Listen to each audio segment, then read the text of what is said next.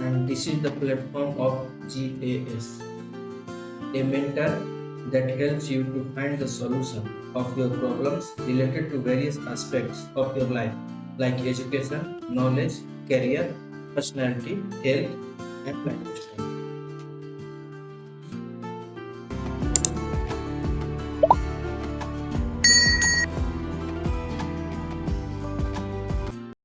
बातें हो रही थी भारत के भौगोलिक इतिहास की।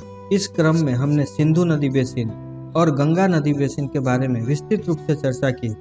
तो आइए इसी क्रम को आगे बढ़ाते हैं और बात करते हैं एक अन्य महत्वपूर्ण नदी बेसिन ब्रह्मपुत्र नदी बेसिन की। क्या आप जानते हैं कि जिस प्रकार गंगा उत्तर भारत के लिए सबसे महत्वपूर्ण नदी है, वैसे ही ब्रह्मपुत्र नदी पूर्वोत्तर भारत की जीवनदायी नदी है।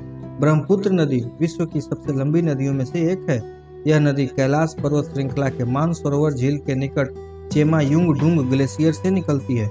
इसके बाद यह दक्षिण तिब्बत के शुष्क और समतल क्षेत्र में 1200 किलोमीटर बहती है, जहां इसे सांगपो के नाम से जाना जाता है, जिसका मतलब होता है शोधक। रंगो सांगपो तिब्बत में इसके दाहिने किनारे से मिलने वाली प्रमुख सहायक नदी है। यह नदी नामचा बरवा के पास मध्य हिमालय में एक गहरी खाई बनाती है। इसके बाद यह पर्वत पदीय प्रदेश में सियांग या दिहांग नाम से आगे बढ़ती है। यह भारत में अरुणाचल प्रदेश के सादिया शहर से प्रवेश करती है। इसके बाद इसकी प्रमुख शाखा में बाईं ओर से दिबांग या सिकांग तथा लोहित नदी मिल जाती है। तब इसे ब्रह्मपुत्र के नाम से जाना जाता है। ब्रह्मपुत्र नदी असम घाटी में 750 किलोमीटर बहती है।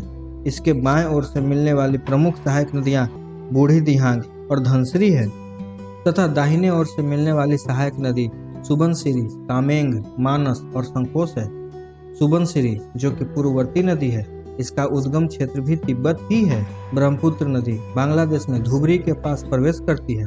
बांग्लादेश में तिस्ता नदी ब्रह्मपुत्र नदी में मिलती है, तब इसे जमुना नदी के नाम से जाना जाता है। अंततः यह पद्मा नदी के साथ मिलकर बंगाल की खाड़ी में अपने जल का विसर्जन कर देती है।